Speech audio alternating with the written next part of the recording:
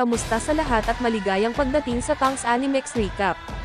Mula noong sinaunang panahon, ang mga tao ay palaging natatakot sa mga supernatural na nilalang.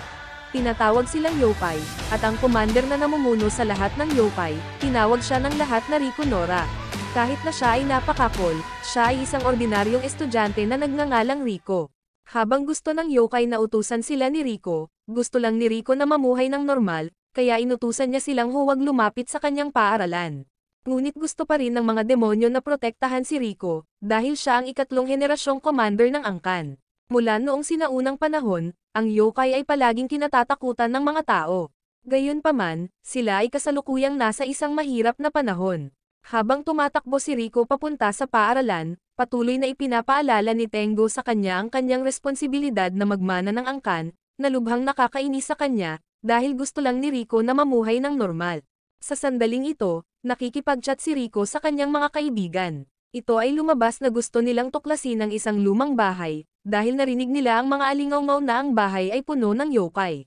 Bagamat hindi naniniwala si Kana na umiiral ang yokai, patuloy silang nagtatalo kung totoo ba ang yokai o hindi, ngunit si Rico lang ang nakakaintindi sa bagay na ito. Bigla nilang inimbitahan si Rico na sumama sa kanila, kaya kailangan niyang sabihin sa yokai na huwag pumunta sa lumang bahay ngayon. Sa gabi, habang naghahanda si Rico na umalis kasama ang kanyang mga kaibigan, sinabihan siya ng lolo ni Rico na isipin ang tungkol sa pagmamana ng pamilya. Ngunit ayaw pa rin ni Rico, kaya umalis siya kaagad. Sa sandaling ito, dumating na ang grupo ni Rico sa lumang bahay, na nagpapabagabag sa lahat. Gayunpaman, nanatiling kalmado si Rico, dahil inutusan niya ang yokai na huwag pumunta rito ngayong gabi. Biglang nakakita ng demonyo si Rico. Napagtanto niyang hindi ito isang yokai mula sa angkan ng Nora, na naging dahilan ng pagkabalisa ni Rico, kaya sinubukan niyang pigilan ang yokai, upang pigilan ang kanyang mga kaibigan na makita sila. Sa oras na ito, naiinis ang mga kaibigan ni Rico, dahil wala pa rin silang nakitang yokai dito. Bigla, nang pumasok sila sa isang silid, hinabol sila ng isang praying mantis na demonyo, na ikinasindak nila. Sa hindi inaasahang pagkakataon, nahulog si Kana at nawala ng malay. Napagtanto ni Rico na hindi mapoprotektahan ng kanyang anyo ng tao si Kana, kaya nilayon niyang mag-transform sa kanyang anyo sa gabi. Biglang sumulpot ang kanyang mga subordinate, dahil hindi nila hahayaang saktan ng sino man ang kanilang commander. Samantala, tinipon ng lolo ni Rico ang mga senior member ng clan. Pakiramdam nila ay masyadong walang karanasan si Rico, dahil isang beses lang niya nagising ang kanyang dugong yokai, 4 na taon na ang nakakaraan.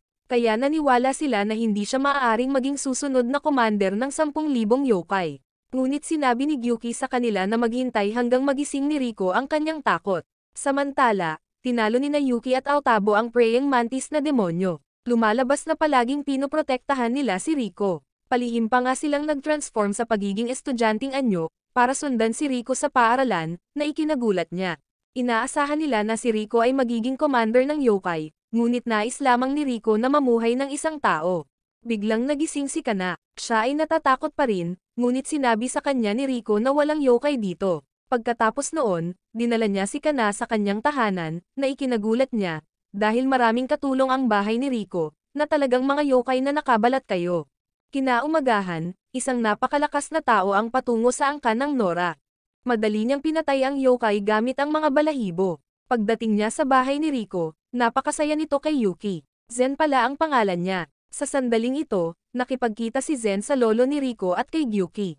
Nang malaman ni Zen na ayaw pa rin ni Rico na mamana ang posisyon ng commander, nagulat ito kay Zen. Pagbalik ni Rico mula sa paaralan, nakita niya ang yokai na kumakain ng mga cake na gawa ng tao. Kaya naisip ni Rico na ninakaw ng kanyang lolo ang mga cake, ngunit ipinaliwanag nila na ibinigay sa kanila ni Zen ang mga cake. Nang makita ni Rico si Zen, labis itong ikinatuwa nito. Childhood friends pala sila. Nang magdala si Yuki ng tsaa, hindi niya sinasadyang natapon ito kay Rico, kaya agad niya itong pinalamig. Nagalit ito kay Zen, dahil naglakas loob si Yuki na baliwalain ang ikatlong commander. Sa sandaling ito, nang malaman ni Zen na ayaw ni Rico na maging commander, nagalit ito sa kanya. Pakiramdam niya ay naging mahina at duwag si Rico, at pinilit niyang mabuhay para lang hintayin si Rico. Nag-aalala ito sa lahat. Biglang umubos si Zen, pero ayaw niyang lumapit sa kanya si Rico. Pagkatapos nun, umalis na si Zen. Ito ay lumabas na si Zen ay isang makamandag na ibong yokai, at siya rin ay isang dalubhasa sa paggamit ng lason. Gayunpaman, Ang mga species ni Zen ay may maikling buhay, kaya ang kanyang katawan ay unti-unting nanghihina. Sa sandaling ito, iniiwasan ni Rico ang kanyang lolo, dahil ipinatawag ng kanyang lolo si Zen dito.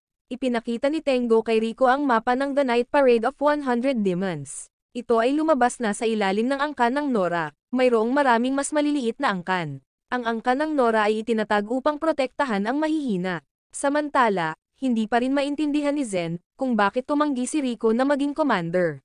Bigla siyang inatake. Sa sandaling ito, hinahabol ni Rico si Zen.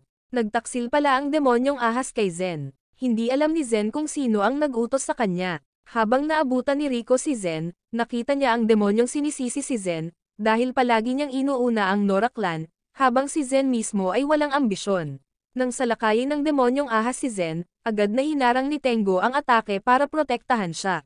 Napansin ni Zen na naroon din si Rico, kaya nag-alala siya, dahil wala siyang lakas para protektahan si Rico. Kaya sinubukan niyang itaboy si Rico. Biglang umatake muli ang demonyong ahas, ngunit nag-transform si Rico sa kanyang anyo sa gabi, at agad na pinatay ang demonyong ahas. Nagulat ito kay Zen, dahil ang anyo ng Rico na ito ay napakalakas. Kahit na isang kapat lang na dugo ng yokai ang dala ni Rico, ngunit mas malakas siya kaysa kay Zen. Naramdaman ni Zen na karapat-dapat si Rico na maging third commander. Sa sandaling ito, iminungkahi ni Zen ang isang seremonya sa pagbabahagi ng kapakanan kasama si Rico, dahil gusto niyang ialay ang natitirang bahagi ng kanyang buhay sa paglilingkod kay Rico. Kaya pumayag si Rico, at nangako siyang paprotektahan si Zen. Pagkaalis ni Zen, sinabi ni Rico kay Tengo, "Ako ang magiging ikatlong commander," na ikinagulat ni Tengo. Ngunit nakaramdam siya ng panghihinayang, dahil ang anyo ni Rico ay mawawala sa umaga. Kinaumagahan, pumasok si Rico sa paaralan. Hindi niya maalala ang nangyari kagabi. Samantala, naniniwala ang kanyang mga kaibigan na nakatagpo sila ng isang yokai. Buti na lang at dumating si Yuki para magpaliwanag, kaya agad na naniwala si Kietsugo na siya ay nagkamali, at iniabot ni Yuki ang beto kay Rico, na ikinabalisan niya. Dahil sa takot niyang matuklasan ng lahat ang kanyang sikreto, inutusan niya si Yuki na huwag na siyang tawaging young master. Samantala, puno ng tanong si Kana tungkol kay Rico. Sa sandaling ito, tinanggap ng klase ni Rico ang isang bagong transfer student na nagngangalang Yora, na ikinagulat ng lahat, dahil napakaganda niya. Sa sandaling ito, ang grupo ni Kietsugo ay naglalaro ng trivia game tungkol sa yokai. Sa hindi inaasahan, maraming alam si Yora tungkol sa iba't ibang klase ng demonyo, lalo na sa mga delikado, na ikinagulat nila. Samantala, nag-alala si Rico, dahil akala niya ay panatiko ng yokai si Yora. Biglang nagpasya si Kietsugo na bumuo ng isang yokai hunting group, at pinili nila ang bahay ni Rico bilang lokasyon para sa seremonya ng pagtatatag ng grupo. Nagulat ito kay Rico. Narinig pala ni Kietsugo ang mga chismis na may mga demonyo sa paligid ng bahay ni Rico, na naging dahilan upang walang magawa si Rico. Sa sandaling ito, labis na nag-aalala si Rico, dahil natatakot siyang mabunyag ang kanyang sikreto, lalo na kay Yora, dahil marami itong alam tungkol sa yokai.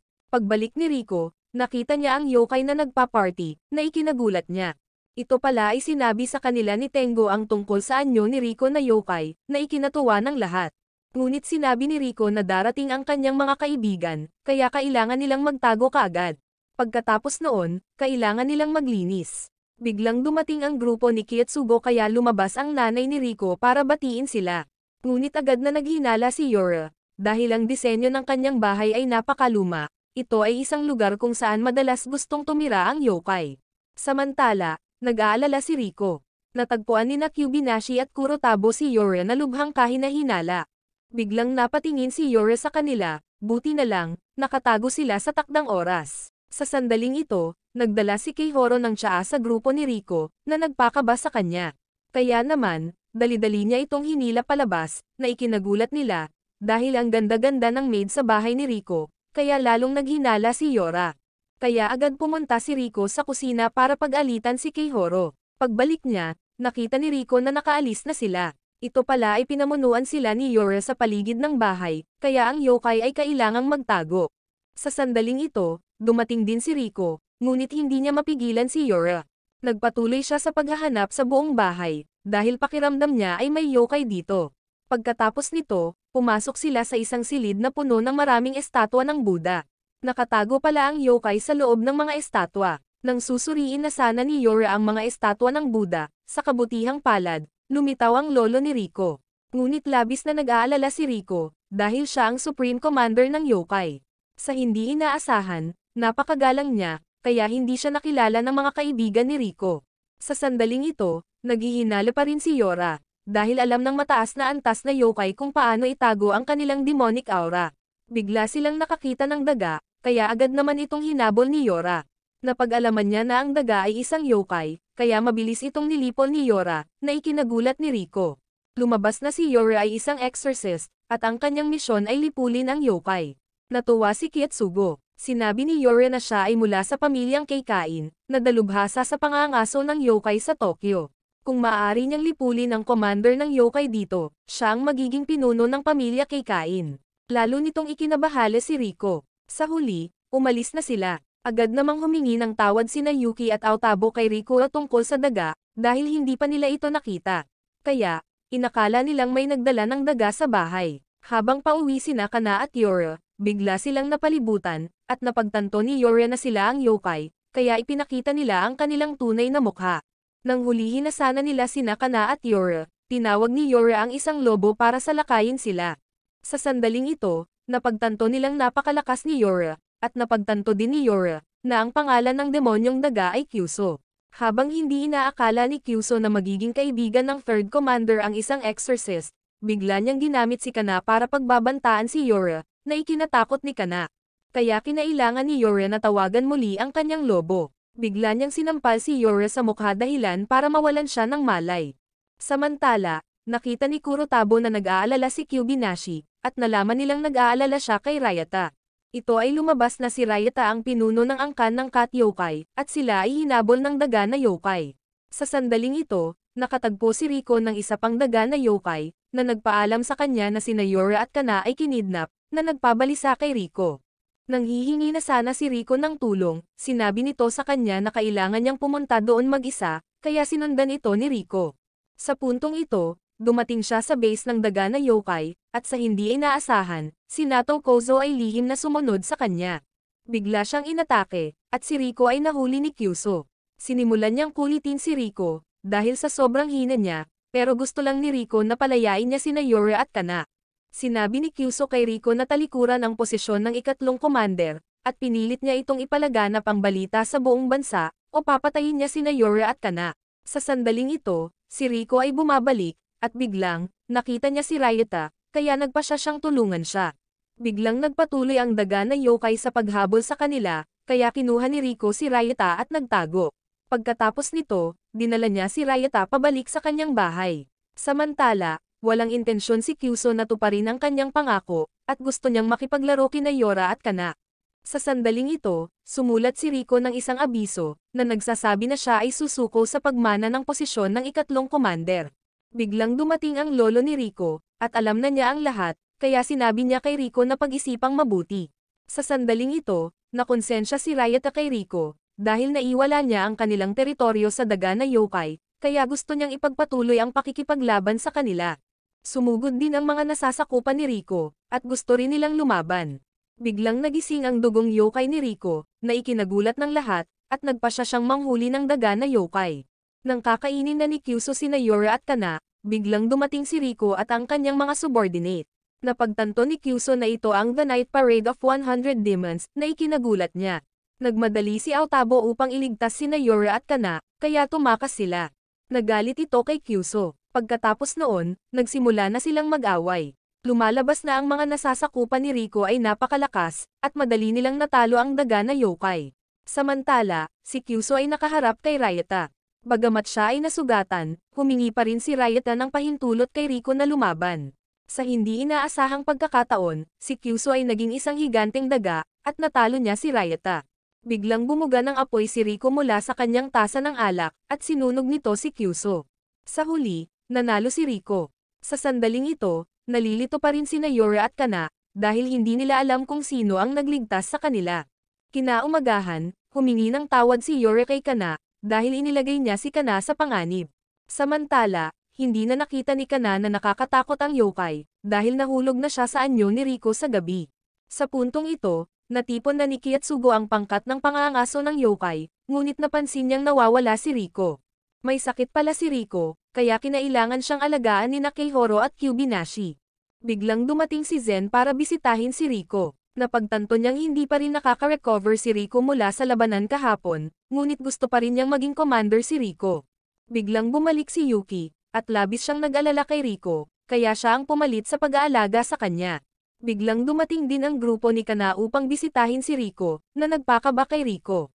Natatakot siyang matuklasan nila ang yokai dito. Hindi sinasadya, nadiskubre ni Kana na nauna sa kanya si Yuki, kaya nagseselos siya, dahil napakalapit ni Yuki kay Riko. Sa sandaling ito, inanunsyo ni Kietsugo, na ngayong weekend ay pupunta sila sa isang yokai hunting excursion, na nagparamdam kay Riko na walang magawa. Sa labas, narinig ni Yudo ang lahat. Samantala, sinabihan ng lolo ni Riko si Tengo na imbestigahan ang matataas na miyembro ng pamilya, dahil pinaghihinalaan niyang may taksil. Sa sandaling ito, naiinggit pa rin si Kana kay Yuki. Bigla siyang tinawagan ni Riko, nagtatanong kung anong mga bagay ang karaniwang dadalhin ng isang babae sa paglalakbay bukas. Hindi sinasadya, narinig niya ang boses ni Yuki, kaya ibinaba ni Riko ang tawag, na naghinala kay Kana. Kinaumagahan, nagsimula na silang maglakbay. Nang malaman nilang ang kanilang lodge ay nasa tuktok ng isang bundok, na nagpapahina sa kanila ng loob. Samantala, excited si Yuki, dahil sasama siya kay Riko. Pagkatapos nito, nagsimula silang umakyat sa bundok, na nagpapagod sa kanila. Biglang namataan ni Riko ang isang dambana. Naisip ni Yuki na baka may ilang yokai doon. Nakaramdam din ng masamang palatandaan si Yura. Biglang dumating si Professor Adachi Ibara, at siya ang naging gabay nila. Inakay niya ang grupo ni Riko sa lodge, na nagpakaba sa lahat, dahil parang kakaiba ang lugar. Sinabi niya na ang yokai ay nakatira sa tuktok ng bundok, na ikinatuwa ni Kietsugo. Sa sandaling iyon, sinabi sa kanila ni Adachi Ibara, na mula noong sinaunang panahon, ang yokai sa bundok na ito ay umatake sa mga nawawalang manlalakbay, na ikinatakot ng lahat.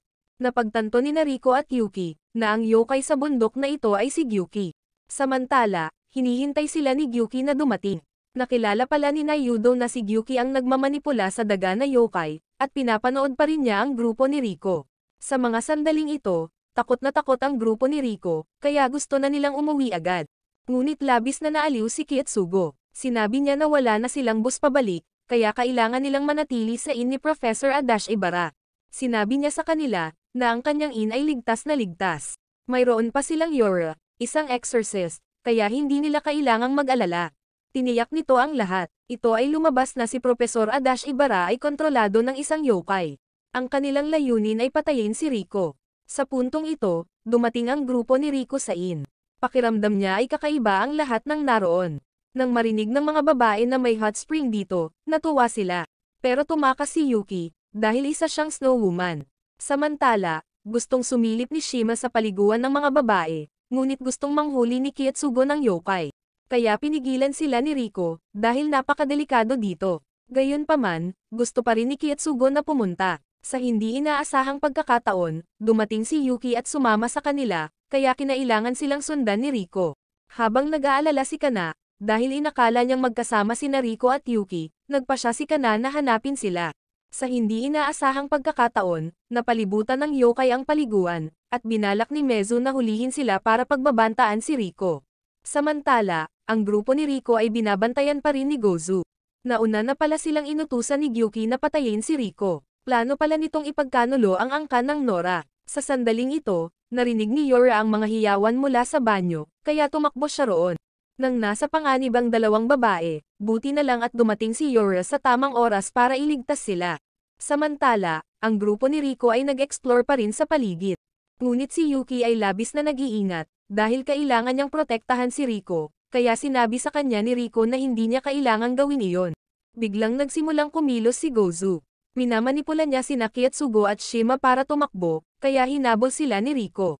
Biglang inatake si Yuki ni Gozu. Habang nakikipaglaban si Yura kay Mezu, napagtanto ni Riko na nag-ambala siya, at nasa panganib si Yuki. Sa sandaling ito, nagawa ni Yuki na iwasan ang pag-atake ni Gozu. Napagtanto niyang subordinate siya ni Gyuki, kaya binalaan niya ito na huminto, na ikinagalit niya at inatake si Yuki. Sa sandaling ito, napagtanto ni Yuki na ang kanilang layunin ay si Riko. Nang siya ay nasa panganib, sa kabutihang palad, dumating si Riko sa oras upang pigilan siya. Sinabi niya, kung sasaktan mo ang aking lingkod, papatayin kita. Natuwa ito kay Gozu. Sa sandaling ito, naramdaman ni Rico ang pag-init ng kanyang katawan. Habang hindi pinahintulutan ni Yuki na protektahan siya ng Young Master, sinabihan siya ni Rico na huwag mag-alala, kaya humakbang siya upang labanan si Gozu. Samantala, sinusubukan ni Yore na protektahan ang dalawang babae. Biglang may umatake kay Mezu. Mga subordinate pala sila ni Tengo na ipinadala dito para protektahan si Rico.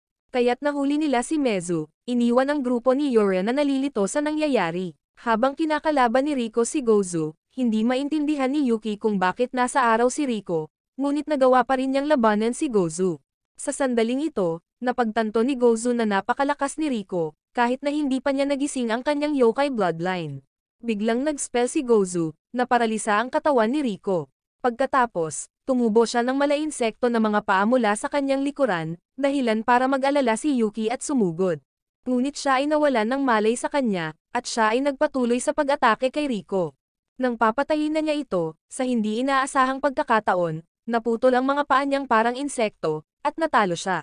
Nagising pala si Rico sa kanyang anyo sa gabi. Samantala, ang yokai sa bahay ay nagkakaroon ng party. Ngunit nakaramdam pa rin sila ng panghihinayang, dahil hindi nila kayang samahan si Rico. Habang si Zen ay nag-aalala, dahil alam niyang si Rico ay nasa teritoryo ni Gyuki. Napansin din pala ng lolo ni Rico ang problema ni Gyuki, ngunit pinayagan pa rin niya si Rico na pangasiwaan ito, dahil siya ang magiging komandante sa hinaharap. Sa sandaling ito, ligtas ang grupo ni Yora, ngunit hindi nila alam kung saan nagpunta sina Rico at Kana. Hinahanap pa pala ni Kana sina Rico at Yuki na ikinabahala nito dahil sira ang flashlight. Biglang lumitaw si Rico na bitbit si Yuki, na ikinatakot ni Kana, dahil hindi niya nakilala ang anyo ni Rico na ito. Pero napagtanto niyang siya ang nagligtas sa kanya kanina, dahilan para matumba si Kana. Pero hinawakan ni Rico ang kamay niya, tapos, binigay niya si Yuki kay Kana.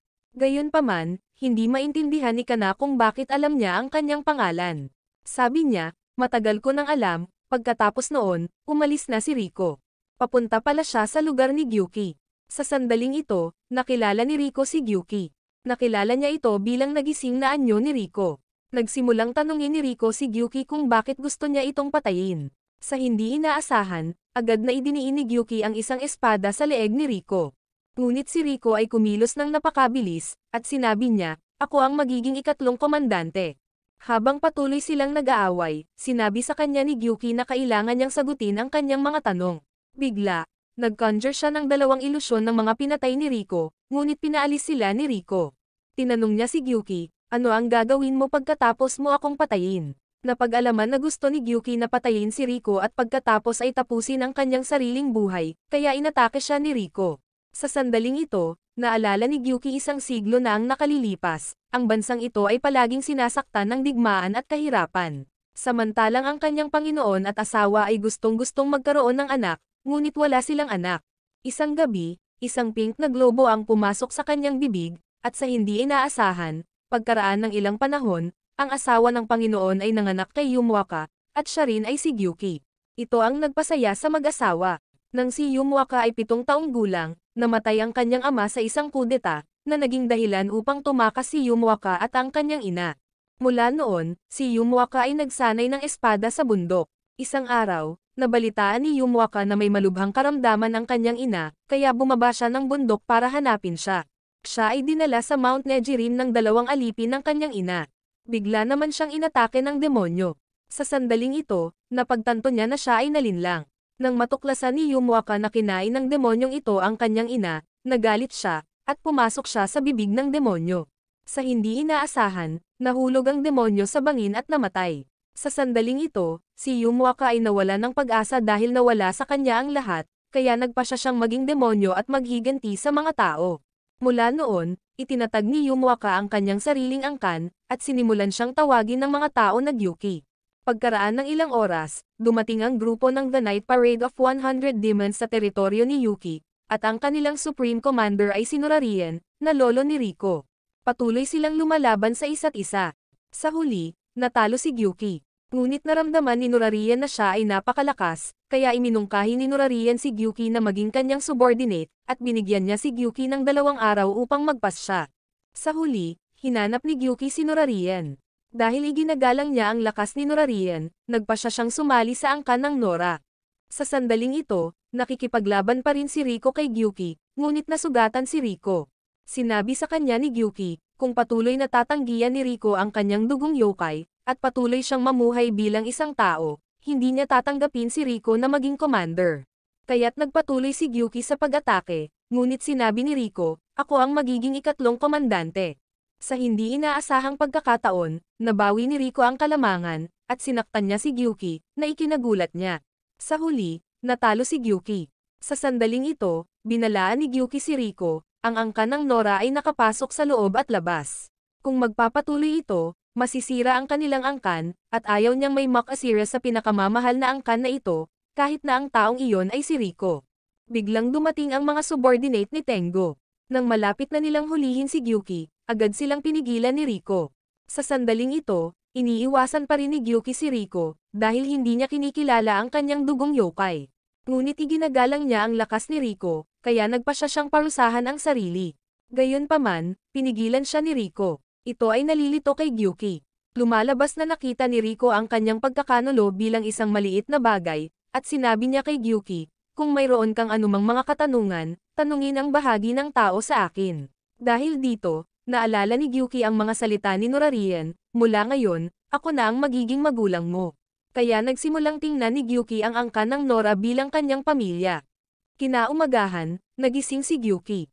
Nakita niyang inaalagaan siya ni Riko. Tinanong ni Gyuki si Riko kung may naalala ba siya kagabi. Sa hindi inaasahan, naalala ni Riko ang lahat, at nagsimula siyang tanggapin na siya ay isang yokai, dahil gusto niyang protektahan ang lahat. Itinuring din ni Riko si Gyuki na kanyang pamilya, na ikinagulat niya. Sa sandaling ito, sinabi ni Yuki kay Riko, naligtas pa rin ang grupo ni Kana. Samantala, sinisisi ni Saori at Natsumi si Kiyotsugo, sa pag-akay sa kanila sa bundok na iyon.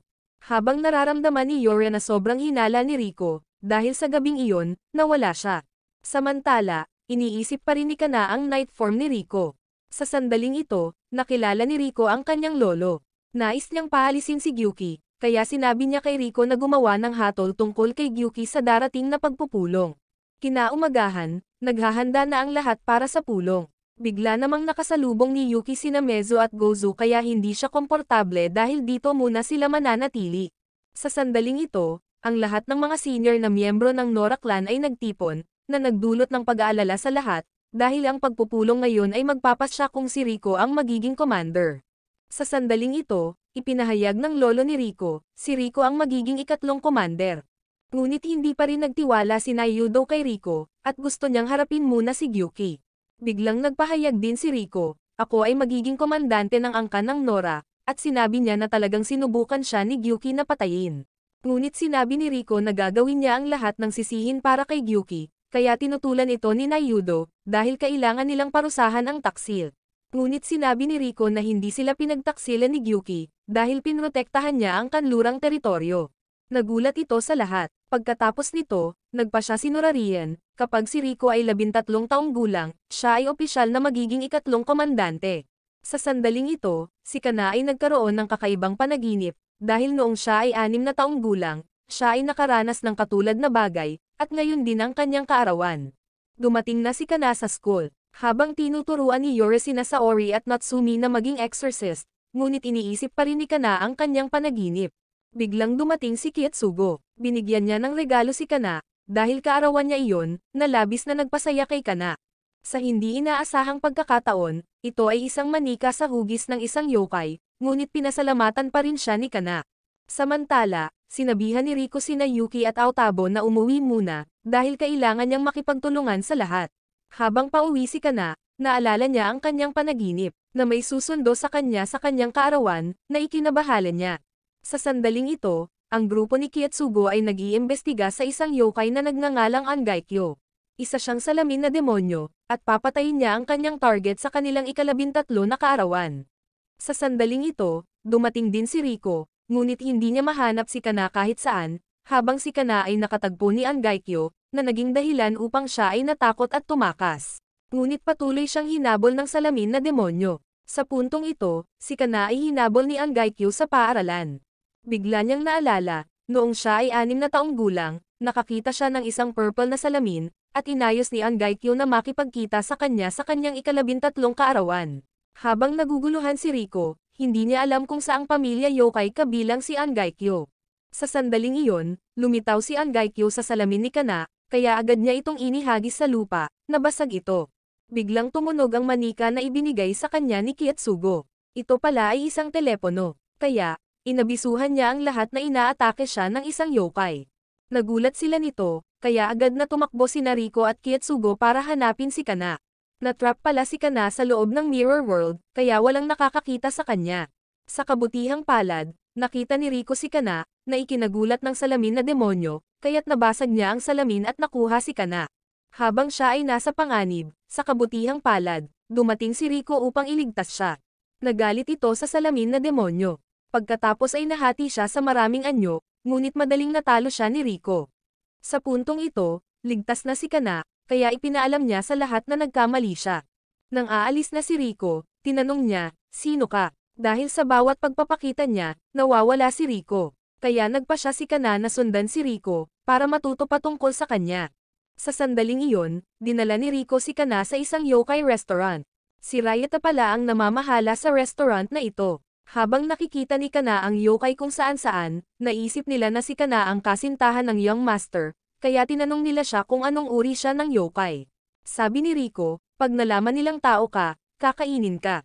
Nagdulot ito ng pag-aalala kay Kana, ngunit naramdaman niya na ang yokai doon ay napaka-friendly.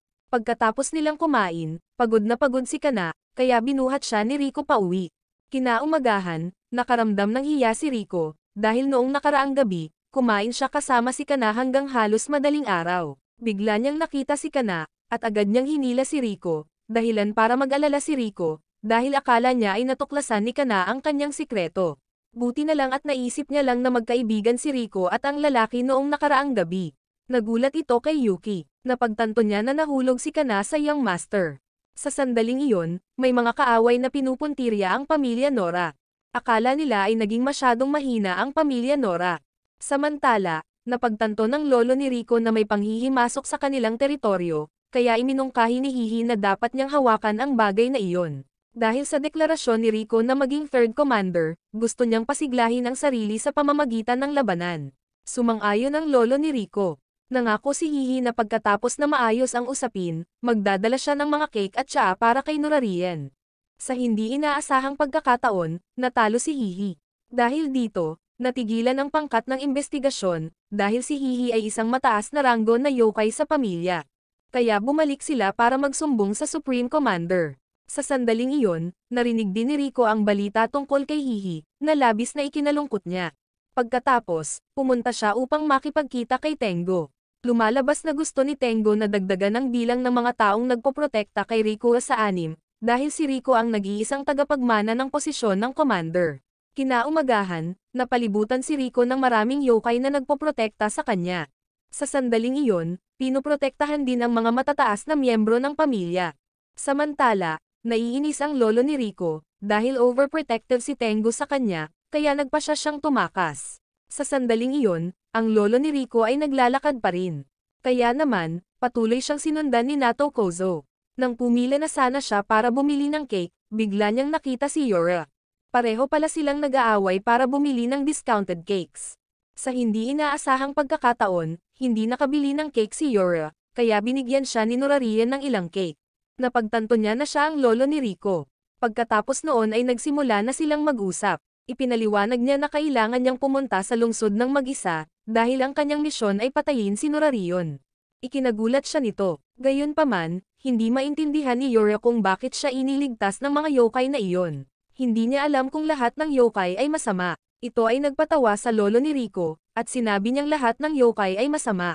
Dahil dito, medyo gumaan ang pakiramdam ni Yura. Hindi maintindihan ni Nato Kozo kung bakit niya inaaliw ang isang exorcist. Bigla naman silang inatake kaya mabilis siyang naprotektahan ni Yura. Sa sandaling iyon, lumitaw ang umaatake sa kanila. Nakilala ni Yura ang isa sa kanila, ito ay isang yokai na kumokontrol sa hangin na pinangalan ng Muchi, kaya ipinagpatuloy niya ang pag-atake sa kanila. Hinarang ni Yura ang atake niya. Ngunit napakalakas niya, lumikha siya ng buhawi na pumaligid sa kanilang dalawa. Kaya nagpatawag si Yura ng husa para kunin ang lolo ni Rico. Sa sandaling iyon, napapalibutan siya ng kanilang mga umaatake, kaya't sabay-sabay silang umatake sa kanya. Nang sinubukan ni Norarian na iligtas si Yura, sa kanyang pagtataka, si Yura ay nag-e-enjoy sa kanyang sarili. Pagkatapos ay ipinatawag niya ang 4 na Shikigami, na ikinagulat ni Norarian at ang kanilang mga umaatake. Pagkatapos ay sinimulan niya ang pag-atake sa kanila. Samantala, nakita ni Rico si Tengo na nagmamadali. Napagtanto niyang may mali, kaya nagpa siya silang pumunta at suriin. Biglang dumating sina Mezo at Gozu para sabihin sa kanila na nawala ang lolo ni Rico. Nag-alala ito kay Rico. Gayunpaman, sa kanyang anyo sa araw, siya ay walang silbi, kaya hiniling niya kina Mezo at Gozu na tulungan siyang mag-imbestiga. Bagamat alam ni Rico na napakalakas ng kanyang lolo, nakadama pa rin siya ng pagkabalisa. Nakita ni Kana sina Rico at Yuki na magkasabay na naglalakad, kaya nagseselos siya. Samantala, natalo ni Yora ang mga nasasakupan ni Muchi. Bigla siyang sinugod niya mula sa likuran. Napagtanto niya na siya ay masyadong pabaya. Sa hindi inaasahan, nalason si Yora sa kanyang pag-atake, kaya natumba siya ni Muchi. Napagtanto ni Muchi na walang oras upang makipaglaro kay Yora, kaya agad niyang hinabol si Norarian. Nag-alala ito kay Yora, kaya mabilis siyang tumakbo para hanapin siya. Sa sandaling ito, napagtanto ni Norarian na siya ang pumatay kay Hihi. Habang minamaliit ni Muchi ang pamilya Nora, inatake niya si Norarion, ngunit naiwasan ni Norarion ang kanyang mga pag-atake. Nagpatuloy si Muchi na lumikha ng isang malaking ipo-ipo para salakayin siya. Biglang binunot ni Norarian ang kanyang espada, dahilan para bumaliktad ang hangin ni Muchi. Hindi inaasahan ni Muchi na hindi na niya makikita si Norarian, kahit nandoon pa siya. Ito ay natakot kay Muchi, dahil ang kapangyarihan ni Norarian ay higit na nalampasan ang kanyang kapangyarihan. Kaya, siya ay natalo ni Norarian. Kahit na malapit nang mamatay si Muchi, hindi pa rin niya ipinahalata ang taong nasa likod niya. Pagdating ni Yora, nakita niyang ligtas na ang lolo ni Rico na ikinagulat niya. Ipinaliwanag niya na nagtago siya nang dumating si Muchi, kaya hindi naghinala si Yora. Napagtanto niya na kailangan niyang maging mas malakas, at sinabi niya na, iniligtas siya ni Yora. Ito ang nagpasaya sa kanya. Sa sandaling ito, hiniling ni Norarian kay Nato Kozo na ipaalam sa lahat, na hindi siya uuwi ngayon, dahil kailangan niyang asikasuhin ang ilang mga bagay. Samantala, sabay na naglalakad pa uwi sina Rico at Kana. Nang malaman ni Yuki na hindi na natatakot si Kana sa yokai, nakita pa niyang napaka-charming ng yokai, na nagpapaselos kay Yuki. Pagkatapos ay tinanong niya si Rico kung ano ang nangyari noong gabing iyon, at sigurado si Yuki na nine-love si Kana kay Rico. Biglang nagsimulang makipagkompetensya sina Kana at Yuki para kay Rico, na naging dahilan upang ang lahat ay walang magawa. Sa hindi sinasadya, natisod ni Rico ang isa pang estudyante. Sa pagtataka ni Rico, alam ng estudyante ang kanyang pangalan, at sinabing magkapareho sila ni Rico, ngunit ipinanganak si Rico na may lahat ng bagay. Sinabi ng mag-aaral na mas mangolekta siya ng takot kaysa kay Rico. Dahil dito ay nalilito si Rico, hindi niya alam kung sino siya. Biglang kinalabit ng estudyante si Kana, kaya pinigilan siya ni Rico. Napagtanto niya na napakahalaga ni Kana kay Rico. Pagkatapos noon ay umalis na sila, na ikinagulat ng lahat. Dahil 7 sila, tinawag nila ang kanilang sarili na 7 Phantom Traveler, sila ay yokai mula sa rehiyon ng Shikoku. Sa sandaling ito, hinahanap pa rin ni Tengo ang kataas-taasang commander, na labis na nag-alala sa kanya. Samantala, iniisip pa rin ni Rico ang taong kumausap sa kanya. Sa sandaling ito, narinig din ni Tamazuki ang balita, na ang Supreme Commander ng angkan ng Nora ay nawala. Kaya gusto niyang samantalahin ang pagkakataong ito para sirain ang angkan ng Nora. Ito ay nagpasigla sa kanyang grupo. Ngunit marami pa ring malalakas na miyembro sa angkan ng Nora, kaya kailangan muna nilang paghiwalayin. Nang gabing iyon, nagsimula silang kumilos. Sa sandaling ito, sinabi ni Rico sa lahat, na sila ay yokai mula sa rehiyon ng Shikoku, at sinusubukan nilang salakayin ang kanilang teritoryo. Dahil dito ay nag-alala ang mas maliit na yokai sa clan, ngunit pinasigla sila ni Yuki, dahil nandito pa rin sila Rico. Habang nag-iisip si Rico ng mga paraan para harapin sila, biglang dumating si Gyuki para hanapin siya. Sinabi niya na ito ay isang hamon para kay Rico. Kinaumagahan, sinabihan ni Rico sina Yuki at Aotabo na kumilos ng normal, dahil gusto silang lituhin ng kaaway. Noong gabing iyon, pinalaki ng angkan ng Nora ang kanilang pagbabantay. Biglang sinunog ng isang yokai ang parke. Mabuti na lang at nandoon din si Yora, at mabilis niyang pinatay ang apoy, kaya sinalakay ng malaibong yokai si Yora. Buti na lang at dumating ang mga subordinate ni Tengo at inatake siya, dahilan para tumakas siya. Sa sandaling ito, tumawag si Kana upang ipaalam kay Rico, na sinalakay si Yora, kaya labis siyang nag-alala. Habang hindi alam ni Rico kung ano ang gagawin, naalala niya ang kanyang pagkabata, nang si Kana ay inatake ng isang yokai, at nag-transform siya sa kanyang night form para talunin ang yokai na iyon. Sa sandaling ito, sinabi ni Rico kay Gyuki, na hindi na siya magdadalawang isip.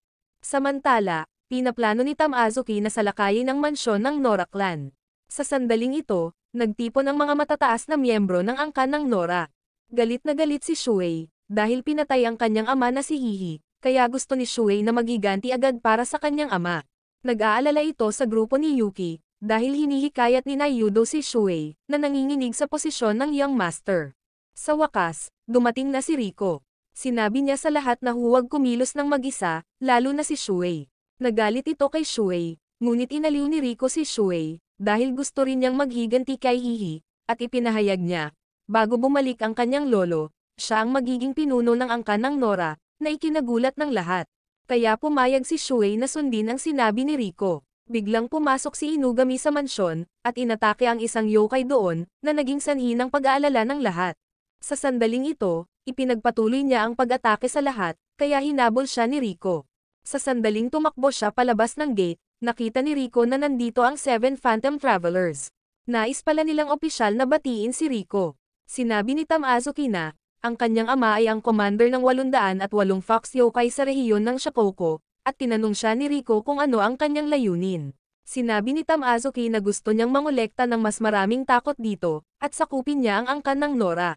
Biglang tumalon si Shuei, at inatake niya si Tamazuki para maghiganti para sa kanyang ama. Sumugod din ang grupo ni Yuki, pero laking gulat nila, nang naharang nila ang atake ni Yuki, dahilan para masunog ang mansyon. Kaya umalis si Tamazuki. Sa kabutihang palad, mabilis na napatay ni Kappa ang apoy. Kinaumagahan, inimbitahan ni Rico ang lahat sa kanyang bahay para sa isang camping trip. Gusto pala silang protektahan ni Rico. Habang magkasamang inaayos ng yokai ang gate, hindi alam ni Tengo kung nasaan ang Supreme Commander. Papunta pala siya sa rehiyon ng Shikoku, at naramdaman niyang malaki ang pinagbago ng lugar. Sa sandaling ito, sinusundan ni Mezo at Gozo ang isang miyembro ng 7 Phantom Traveler.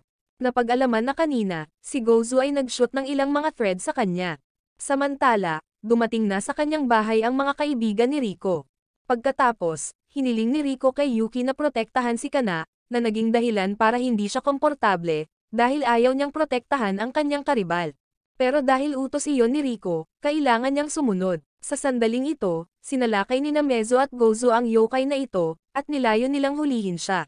Samantala, tuwang-tuwa ang mga nasasakupan ni Tamazuki, dahil gusto nilang agad na patayin ang angkan ng Nora. Sa panig ni Naiyudo, galit na galit siya, dahil hindi siya pinapayagang kumilos ng malaya, at kung gagawin niya, mabibigo ang plano ni Rico. Ngunit pinigilan siya ni Daruma, dahil ang misyon nila ay ganap na suportahan ang Young Master. Sa sandaling ito, nakuha ni Mezo at Gozo ang yokai, ngunit siya ay masyadong mahina, at hindi nila alam kung isa talaga siya sa 7 Phantom Traveler. Biglang bumuhos ang ulan na nagbigay daan sa kanya na ilabas ang kanyang kapangyarihan. Siya pala si Ganji Kozo, isang yokai na kumokontrol sa tubig, na nagpahirap sa mga bagay para kay Mezo at Gozo. Samantala, natanggap ni Rico ang abiso tungkol kay Ganji Kozo, kaya siya at si Kappa ay humarap sa kanya. Sa sandaling ito, nakatagpo ni Kappa si Ganji Kozo. Natuklasan ni Rico na sinusubukan niyang sirain ang water treatment plant, at inutusan niya si Kappa na malayang lumaban. Kaya't inatake ni Ganji Kozo si Kappa, ngunit hinarang ni Kappa ang kanyang pag-atake, at itinulak ni Kappa si Ganji Kozo pabalik. Biglang tinangka ng parang ibon na si yokai na tambangan si Rico, ngunit natumba siya ni Rico. Kaya nagpalit siya ng direksyon para iligtas si Ganji Kozo at tumakas. Naghahanda na pala sila para sa isang opisyal na labanan. Samantala, nakaalerto ang mga miyembro ng Nora clan, ngunit napatay pa rin ang ilang mahahalagang miyembro ng clan. Kaya't pinagalitan ni Naiyudo si Rico, at napagtanto nilang may isang taksil sa angkan. Ngunit sinabi ni Rico sa lahat na manatiling kalmado, at hiniling niya kay Tengo na ipagpatuloy ang investigasyon. Nang matapos ang pulong, hiniling ni Rico kay Yuki na ipagpatuloy ang pagprotekta sa kanyang mga kaibigan. Samantala, inip na inip sila, kaya nagpunta si Yuki upang imbitahan silang mag-ehersisyo kasama niya. Sa panig ni Yora, iniimbestigahan niya ang yokai, nang bigla niyang nakita ang isang kaina-hinalang babae. Kaya inatake niya si Yora. Sa kanyang pagtataka, hinarang ni Yora ang pag-atake. Napagtanto ng babae na si Yore ay isang exorcist, kaya tumakas siya. Habang hinahabol siya ni Yore gamit ang kanyang kakayahang makaramdam ng demonic aura, hindi sinasadyang tumakbo siya sa bahay ni Rico, at nakita niyang nag-eehersisyo ang lahat. Sa sandaling ito, pumasok si Yore sa bahay at kumain ng ilang merienda. Sinabi niya kay Rico ang nangyari, kaya agad siyang nagpadala ng mga tao para mag-imbestiga. Samantala, bumalik si Onna upang ipaalam kay Tamazuki ang tungkol kay Yore, kaya inutusan niya si Onna na harapin siya. Nang gabing iyon, nagpaalam si Yore sa lahat at uuwi na sana, kaya pinadala ni Rico si Keihoro upang protektahan siya. Sa sandaling ito, natuklasan ni Tengo, na si Onna ay nagbalat kayo bilang isang waitress sa kanilang restaurant, upang mangalap ng impormasyon. Biglang lumipat si Rico sa kanyang night form, at determinado siyang mahuli siya. Samantala, nangangalap ng impormasyon si Onna sa restaurant. Bigla niyang napagtanto na nalantad siya, kaya tumakbo siya palayo. Sa kabutihang palad, nakatakas si Onna. Napagtanto niya na si Yore ang naging dahilan para ma-expose siya. Habang sinisisi ng lahat si Yudo, sa pagiging siya ang nag-leak ng impormasyon kay Onna, natagpuan ni Onna si Yore. Kaya tumakbo si Yore sa isang liblib na lugar. Nang maabutan ni Onna si Yore, ginamit niya ang kanyang buhok para salakayin si Yore. Ngunit nasugatan ang braso ni Yore, kaya natamaan siya ng atake ni Onna, at nahuli niya si Yore. Sa kabutihang palad, dumating si Keihoro sa tamang oras upang iligtas si Yore. Pinagalitan siya ni Keihoro, tinawag siyang isang pangit na matandang babae, na ikinagalit ni Onna at inatake niya si Keihoro. Sa kanyang pagtataka, kinokontrol din ni Keihoro ang buhok para atakehin siya. Biglang nakaramdam ng takot si Onna, dahil dumating si Rico. Madali niyang hiniwa ang buhok ni Onna. Sa sandaling ito, sinabi ni Rico kay Onna na maghatid ng mensahe kay Tamazuki. Sinabi niya sa kanya na sabihin sa kanya na huwag isali ang mga babae sa labanan na ito, kaya tumakas si Onna. Nang magising si Yore, nakita niya si Rico. Napagtanto ni Rico na ligtas na si Yore, kaya umalis na siya. Samantala, gusto pa ring malaman ni Yore kung sino siya. Sa sandaling ito, bumalik si Onna upang magulat kay Tamazuki, na naging dahilan ng pagkaintriga niya sa lakas ni Rico. Habang naghihinala si Rico, kung ano ang tunay na layunin ng kanilang pagdating, biglang, natuklasan ni Kietsugo sa kanyang software, na maraming shrine ang nawasak. Dahil dito ay nasa sabik si Kietsugo, kaya sinabi niya sa lahat na mag-explore. Sinabi ni Rico sa grupo ni Aotabo na i-escort sila. Sa sandaling ito, nakarating sila sa isang shrine na gumuho. Sa hindi inaasahang pagkakataon, nandoon din si Yore. Kung nagkataon, nakita niyang nagbubulungan sina Rico at Yuki kaya naisip niyang nililigawan silang dalawa ni Rico. Nagalit ito sa kanya. Lumapit si Yore at binalaan si Rico. Sinabi sa kanya na kapag sinubukan niyang barilin ang dalawang kuneho, hindi rin niya mahuhuli. Ito ay nalito sa lahat. Habang si Norarian ay dumating sa rehiyon ng Shikoku, nakilala niya ang isang higanteng yokai. Ngunit agad siyang natalo ni Norarian, dahilan para tumakas ang yokai. Biglang inatake siya ng isa pang yokai. Napagtanto ni Norarian na siya ay isang Denuki. Siya pala ang commander ng yokai sa rehiyon ng Shikoku. Kaya't nagsimula silang mag-inuman at mag-chat ng magkasama, na pinasaya silang dalawa. Samantala, iniisip ni Rico ang mga intensyon ni Tamazuki. Nang magdala si Keihoro ng tsaa sa kanya, may napagtanto si Rico, kaya sinabi niya sa lahat na protektahan ang mga dambana. Lumalabas na naisip ni Rico ang kanilang tunay na layunin na sirain ang mga dambana, dahil ang mga dambana ay mga lugar kung saan tinipon ang pagsamba at takot ng tao, at inililipat nila ang pagsamba mula sa angkan ng Nora patungo sa rehiyon ng Shikoku. Sa sandaling ito, nakita ng grupo ni Aotabo si Kietsugo. Napag-aralan na pala niya na ito na ang susunod na shrine na sisirain. Biglang nakita ni Shima ang isang yokai na papalapit kay Kietsugo, na ikinatakot niya. Kaya sinipa ni Shima ang isang bola sa mukha ng yokai, kaya natiyak ang kaligtasan ni Kietsugo. Kung nagkataon, dumating din si Rico at nakita niya ang yokai, kaya hinabol nila ito ni Yuki. Biglang tinawag ng yokai ang mga kasama nito na lumapit. Sa kabutihang palad, ang grupo ni Aotabo ay dumating sa tamang oras, at nakipaglaban sila sa kanila. Samantala, ang ibong yokai ay nakikipaglaban sa tatlong anak ni Tengo. Malaki ang tiwala niya sa kanyang apoy. Sa hindi inaasahang pagkakataon, napaatras ang kanyang apoy at nasunog siya. Napagtanto ng higanteng yokai na hindi maganda ang sitwasyon, kaya tumakas siya. Sa puntong ito, bumalik ang higanteng yokai upang magulat kay Tamazuki, ngunit hindi hahayaan ni Tamazuki na magambala ang kanyang plano.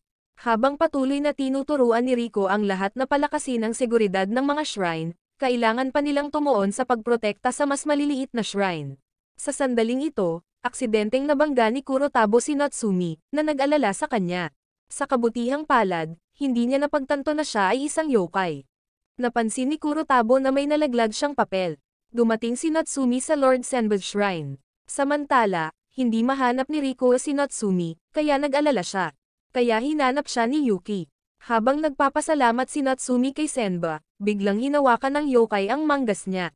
Siya pala si Sodamogi, at umatake siya, pinunit ang manggas ni Natsumi. Sa kabutihang palad, dumating si Kurotabo sa tamang oras upang iligtas siya. Sa sandaling ito, dumating din si Rico, kaya tumakas si Sodamogi. Bigla nilang natuklasan na nasa kritikal na kondisyon si Natsumi. Agad siyang isinugod ni Rico sa ospital para sa emerhensyang paggamot, na labis na nag-alala sa lahat. Ngunit tiniyak ni Rico sa kanila na magiging maayos siya. Pagkatapos, hinanap niya si Kurotabo. Humingi ng tawad si Kurotabo kay Rico dahil hindi niya nailigtas si Natsumi. Biglang nagpakita si Lord Senba. Sinabi niya sa kanila na nasumpa si Natsumi, wala rin siyang mahanap na paraan para matanggal ang sumpa. Napagtanto ni Rico na ang tanging pagpipilian na natitira ay sirain si Sodamogi, kaya agad siyang nagbago sa kanyang anyo sa gabi. Pagkatapos, inutusan ni Rico ang lahat na subaybayan si Sodamogi. Mabilis nila siyang nahanap, kaya inutusan ni Rico si Kurotabo. Nang si Sodamogi ay malapit ng sakta ng isang Diyos sa isa pang templo, siya ay pinigilan ni Kurotabo, at natalo niya ito. Sa puntong ito, tinanong siya ni Rico kung paano sisirain ang sumpa. Ngunit sinabi niya na, kahit na siya ay namatay, ang kanyang sumpa ay kumikitil pa rin ng buhay ng mga tao. Habang nasa kritikal na kondisyon si Natsumi, sa sandaling ito, naalala ni Senba, noong bata pa si Natsumi, madalas siyang pumunta rito para magdasal. Kahit na siya ay isang Diyos na nakalimutan ng lahat, si Natsumi ay nagmamalasakit pa rin sa kanyang dambana. Ngunit ngayon, walang sapat na kapangyarihan si Senba para iligtas siya. Biglang dumating ang grupo ni Kietsugo. Nakatupi na pala sila ng maraming paper crane para ipagdasal si Natsumi. Kaya't nakakuha si Senba ng sapat na lakas, at pinuntahan niya si Natsumi, na nagpasimulang maging komportable si Rico. Samantala, napagtanto ni Tamazuki na namatay si Sodamogi, ngunit hindi pa rin siya nag-aalala. Sinabi sa kanya ni Inugami na utusan siyang harapin ang mga ito. Kinaumagahan, gumaling na si Natsumi. Napakasaya nito. Sa sandaling ito, nag-uusap pa rin sina Nurarian at Denuki.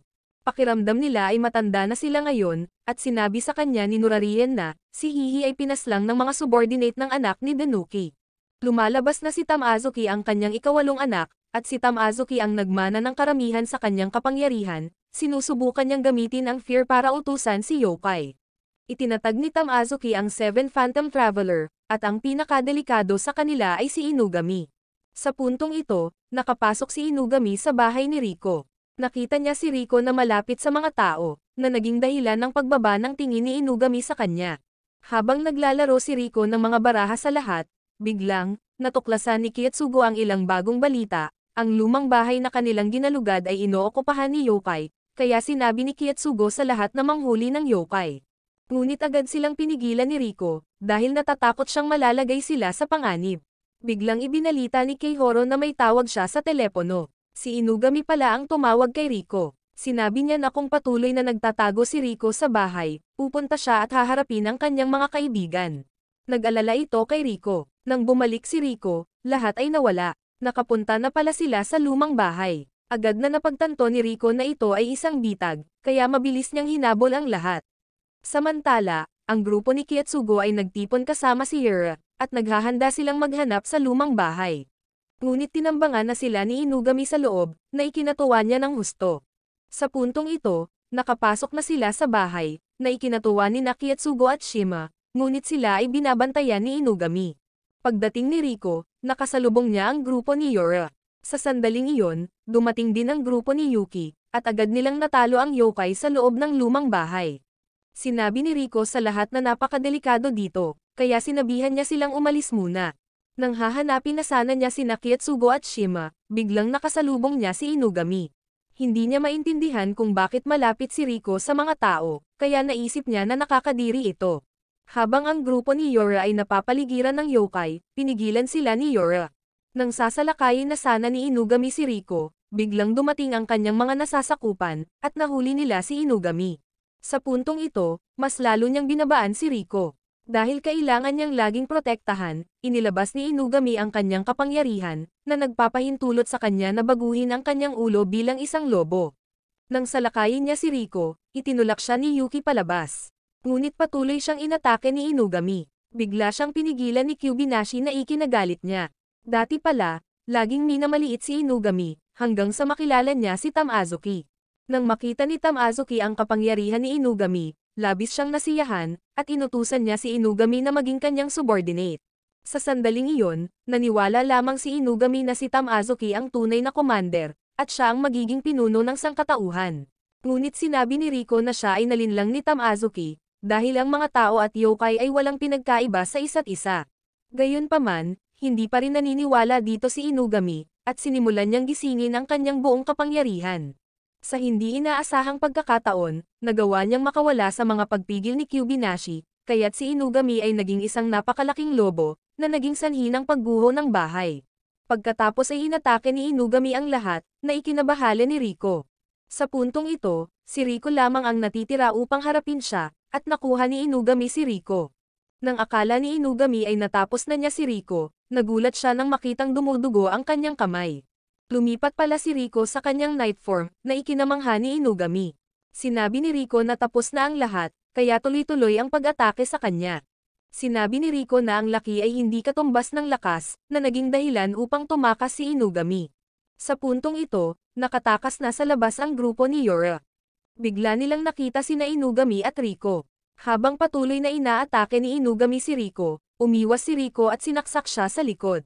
Pagkatapos, naihatid ni Rico ang pangwakas na suntok, kaya natalo si Inugami, ngunit tumanggi pa rin siyang tanggapin ang kanyang pagkatalo. Biglang sumulpot si Tamazuki. Nagkunwari siyang nagmamalasakit kay Inugami. Nakita ni Rico na masyado siyang peke. Sinabi ni Tamazuki, sa susunod, kukunin ko ang iyong takot at ang iyong buhay, at kasabay nito, umalis si Tamazuki. Sa puntong ito, maraming yokai mula sa Shikoku ang patungo sa Tamazuki. Kinaumagahan, naramdaman ni Yuki ang demonic aura sa lugar na nagiging mas makapal, kaya nag-alala si Rico. Samantala, sinabi ni Denoki kay Norarian, na kamakailan lamang ay nakakuha ang kanyang anak ng isang maalamat na artifact. Mula nang makuha ni Tamazuki ang artifact na iyon, ang kanyang pagkatao ay ganap na nagbago. Sa puntong ito, natipon na ni Tamazuki ang lahat ng yokai. Lumalabas na ang kanyang artifact ay ang espadang ito, na tinawag na Mouse Hammer, na kapana-panabik sa yokai. Samantala, naramdaman ni Rico at ng iba pa ang demonic aura na lumalakas. Napagtanto ni Daruma na ang yokai mula sa Shikoku ay naghahanda sa pag-atake. Sa puntong ito, labis na nag-aalala si Rico, dahil pakiramdam niya ay responsable siya sa pamilyang ito. Habang si Tamazuki ay lubos na nagtitiwala, naniniwala siya na sa pagkakataong ito, si Rico ay hindi magiging sapat na lakas upang labanan siya. Sa hindi inaasahang pagkakataon, natagpuan ni Shuei ang base ni Tamazuki. Gusto pala niyang ipaghiganti ang kanyang ama. Sa sandaling ito, kaharap ni Shuei ang maraming yokai. Bigla, inatake siya ng isang higanteng yokai, na ikinasugat niya, at naalala ni Shuei ang kanyang ama. Sinabi ng kanyang ama na sumali siya sa pamilya Nora, dahil talagang hinangaan niya ang kataas-taasang commander, at naiintindihan din niya ang puso ng mga tao. Ngunit hindi naintindihan ni Shuei ang ibig sabihin ng kanyang ama. Nang akala ni Shuei ay malapit na siyang mamatay, biglang iniligtas siya ng 3 anak ni Tengo, kaya sabay silang umalis. Nang malaman ni Rico na si Shuei ay nasugatan, ito ay nagdulot sa kanya ng labis na pag-aalala. Sa puntong ito, naramdaman ni Rico na siya ang may kasalanan, dahil siya ay masyadong mahina. Ngunit pinagalitan siya ni Zen, sinabihan si Rico na lumaban, dahil lahat sila ay nanumpa ng katapatan sa kanyang lolo at ama, kaya mananatili rin silang tapat kay Rico. Gayunpaman, hindi sila ang night parade ng 100 demons niya. Napagtanto ni Rico na kailangan niyang gumawa ng sarili niyang night parade of 100 demons. Pero naisip ni Rico na walang gustong maging subordinate niya, dahil sa gabi lang siya may kapangyarihan. Nagalit ito kay Zen, at sinabi niyang subukan niya. Sinabi ni Zen na ang night parade ng 100 demons ay hindi tungkol sa araw o gabi, dahil hanggat ito ay Rico. Sa sandaling iyon, naalala ni Rico ang kanyang lolo, at dahil apo siya ni Norarian, lalaban siya. Biglang dumating ang grupo ni Yuki. Gusto pala nilang uminom ng loyalty oath kasama si Rico, kaya uminom si Rico sa bawat isa sa kanila, na ikinatuwa nila. Sa puntong ito, nakatagpo ni Rico ang kanyang anyo ng yokai. Napagpasyahan nilang isa ang hahawak sa bahagi ng tao, at isa ang hahawak sa bahagi ng demonyo. Biglang nagising si Shuei. Gusto niyang ipagpatuloy ang paghihiganti, ngunit sinabi ni Rico, sa pagkakataong ito, sasama siya kay Shuei, dahil si Shuei ay bahagi rin ng kanyang pamilya. Kaya lumipat si Rico sa kanyang night form, na ikinagulat ni Shuei, at handa na si Rico para sa mahusay na labanan. Kinaumagahan, nakatanggap si Rico ng balita, na sinalakay ng yokai mula sa rehiyon ng Shikoku ang kanilang mga hangganan. Samantala, nagbalat kayo si Danuki bilang isang tao. Pauwi na pala siya at ang lolo ni Rico, at sinabi sa kanya ni Danuki, na 300 taon na ang nakalilipas, ang kanyang Fox Army ay natalo ng isang tao, at ang taong iyon ay nagtataglay ng Mouse Hammer Sword. Sa puntong ito, nasa isang pribadong silid sila, kaya hindi na kailangan pang itago ni Danuki ang kanyang sarili. Napagtanto ni Norarian, na ang kapangyarihan ng hammer ng Mao ay pinahusay ng dugo at puot. Habang si Tamazuki ay malayang naglalakad sa paligid ng lungsod, nakasalubong niya si Kana, na ikinatakot ni Kana. Pero gusto lang niyang tanungin si Kana tungkol kay Rico. Naniniwala si Tamazuki na magkapareho sila ni Rico. Gayunpaman, sinabi ni Kana na si Rico ay hindi katulad niya, dahil siya ay isang mabuting tao, na ikinagulat ni Tamazuki. Biglang dumating si Yura, tumakbo siya para protektahan si Kana. Sa sandaling iyon, naramdaman ni Tamazuki na sapat na ang kanyang paglalakad, kaya nagpasya siyang umalis. Samantala, ang lahat sa angkan ng Nora ay nag-aalala, dahil isang labanan ang magaganap. Ang mga senior member ay naghihintay kay Rico, ngunit hindi pa siya dumarating. Nasa foyer pala si Rico, at ibinabad niya ang kanyang espada sa tubig, na ikinagulat ng lahat. Hindi nila alam kung ano ang sinusubukang gawin ni Rico, ngunit lahat sila ay nakaramdam ng pagkasabik at pagkamausisa. Sa panig ni Tamazuki, handa rin siyang lumaban. Nakakagulat, pinatay niya ang sarili niyang mga subordinate, na ikinagulat ng lahat, dahil sinusubukan niyang palakasin ang kapangyarihan ng Mouse Hammer. Habang naghahanda si Rico na sumabak sa labanan, pinigilan siya ni Naiyudo, dahil kumikilos siya ng walang pag-aproba ng Supreme Commander. Ngunit sinabi ni Gyuki na, pinapakilos lamang ni Rico ang sarili niyang night parade ng 100 demonyo, kaya walang karapatan si Naiyudo na pigilan siya. Gayunpaman, sinabi ni Naiyudo na hindi siya mananalo, dahil masyadong maliit ang bilang ng mga sumusunod sa kanya na yokai. Bigla nilang naramdaman ang maraming yokai na papalapit, na ikinabahala ng lahat, dahil akala nila ito ang kalaban. Sa kanilang pagtataka, lahat sila ay si yokai na tinawag ni Rico, na ikinagulat ng lahat. Kaya't ang Night Parade of 100 Demons ni Rico ay nagsimula, na naging sanhi ng pagkasabik ng lahat. Sinabi ni Mezo at Gozu na tatapusin nila ang kanilang misyon, pagkatapos ay nagbalat kayo sina Mezo at Gozu bilang mga anak, at iniimbestigahan nila si Tamazuki. Sa hindi inaasahang pagkakataon, natuklasan sila ni Tamazuki, at nagpasya si Tamazuki na ipakita sa kanila ang kapangyarihan ng Mao Hammer. Sa sandaling ito, humarap ang hukbo ni Rico laban sa hukbo ni Tamazuki. Biglang nag-transform si Tamazuki sa kanyang tunay na anyo, na ikinagulat ng lahat. Ipinahayag niya na kukunin niya ang takot ni Rico. Nang maglalaban na sila, biglang sumulong si Rico mag-isa. Kaya inutusan ni Tamazuki si Inugami na umatake, dahil inakala ni Tamazuki na malapit nang matapos ang labanan, kaya nagsimula na ang labanan. Naging magulo ang lahat, ngunit hindi mahanap ni Tamazuki si Rico. Akala niya ay namatay na si Rico. Biglang sumulpot si Rico sa harapan niya na ikinagulat niya. Dahil wala sa kanyang mga nasasakupan ang umatake kay Rico, sa halip ay hinatake siya ni Rico. Sa sandaling ito, sa wakas ay napansin ng lahat si Rico. Napagtanto ni Tamazuki, ito ang Fear of the Nora Clan, gamit ang demonic aura para matabyunan ang kalaban, na ginawa ito upang hindi nila siya makita. Nang tangkain ni Inugami na palihim na atakehin si Rico, pinigilan siya ni Kyubinashi. Samantala, inipit ni Rico si Tamazuki sa lupa. Biglang lumitaw ang isa sa mga subordinate ni Tamazuki sa likod ni Rico, at ginawa niyang kadiliman ang paligid ni Rico, kaya wala siyang makita. Ngunit ginamit ni Rico ang kanyang apoy, at sinunog niya ang mga demonyo sa paligid niya. Biglang naglunsad ng palihim na pag-atake si Tamazuki kay Rico, dahilan para matumba ito. Sa sandaling ito, sinabihan ni Tamazuki si Rico na maging subordinate niya, ngunit tumanggi pa rin si Rico. Nang papatayin na niya si Rico, hinarang ni Yuki ang pag-atake para protektahan siya. Sa sandaling ito, napagtanto ni Yuki na walang nakikita ang mga mata ng Young Master.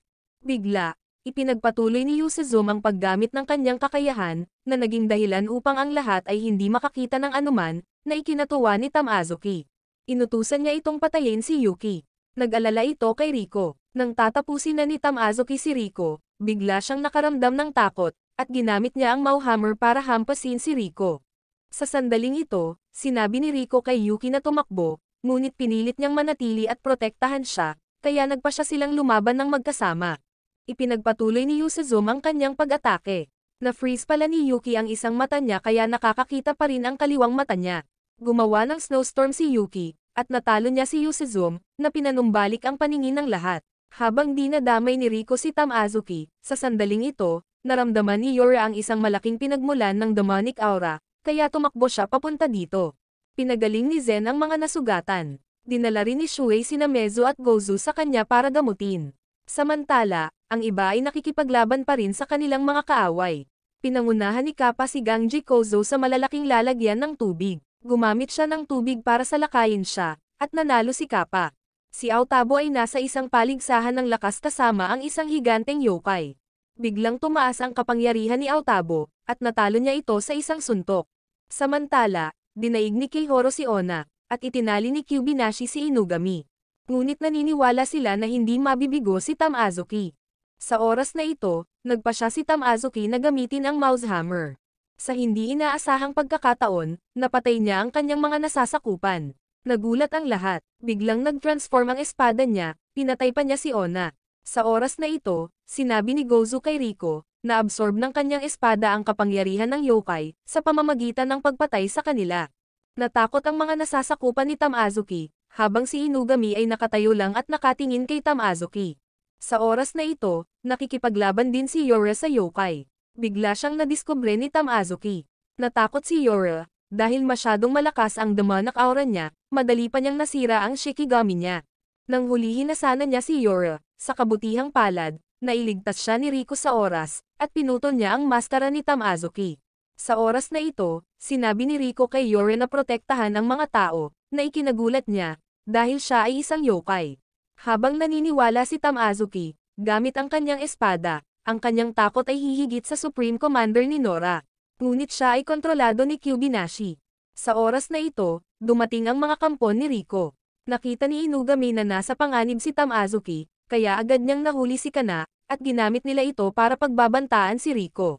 Nang akala nila ay nanalo sila, sinabi ni Riko kay Kana na ipikit ang kanyang mga mata, na nagpapaalala kay Kana noong siya ay bata pa. Inatake siya ng isang demonyo, ngunit iniligtas siya ni Riko, at natalo niya ang demonyong iyon. Sa oras na ito, naniniwala si Kana na ililigtas siya ni Riko, na ikinagalit ni Inugami, naniwala siya na si Tamazuki ang mananalo. Bigla siyang inatake ni Tamazuki, dahilan para hindi maintindihan ni Inugami kung bakit ginawa iyon ni Tamazuki. Lumalabas na noon pa man ay itinuturing niyang tapat na aso si Inugami, kaya tumaas ang kapangyarihan sa kanyang espada. Ngunit minamaliit ni Riko ang kapangyarihang ito, dahil talagang hindi ganoong bagay ang takot. Sa sandaling ito, pinakawalan ni Tamazuki ang kapangyarihan sa kanyang espada.